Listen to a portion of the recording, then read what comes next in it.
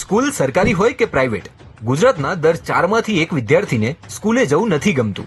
અમદાવાદ, વડોદરાના તો અડધો અડધ બાળકોને ભણવા માટે પરિવારનો સપોર્ટ નથી મળતો ને રાજકોટમાં દર 100માંથી 11 બાળકોને મળે છે ક્લાસમેટની ધમકી. આ ચોંકાવનારી માહિતી સામે આવી છે કેન્દ્રના એક સર્વે રિપોર્ટમાં.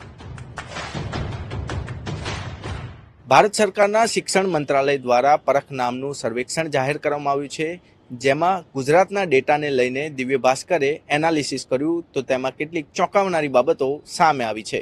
પરખના સર્વેમાં 85થી વધુ મુદ્દે ધોરણ 3, 6 અને 9ના વિદ્યાર્થીઓ તથા શિક્ષકોને સવાલો પૂછાયા હતા, જેમાંથી દિવ્ય ભાસ્કરે અતિ મહત્વના 15 મુદ્દે જવાબોનું એનાલિસિસ કર્યું તો જાણવા મળ્યું કે ગુજરાતના 8 મોટા જિલ્લામાંથી ક્લાસમેટ દ્વારા મળતી ધમકીઓમાં તો રાજકોટના કિસ્સા વધુ છે, પણ મારપીટના બનાવ વડોદરામાં વધુ બન્યા.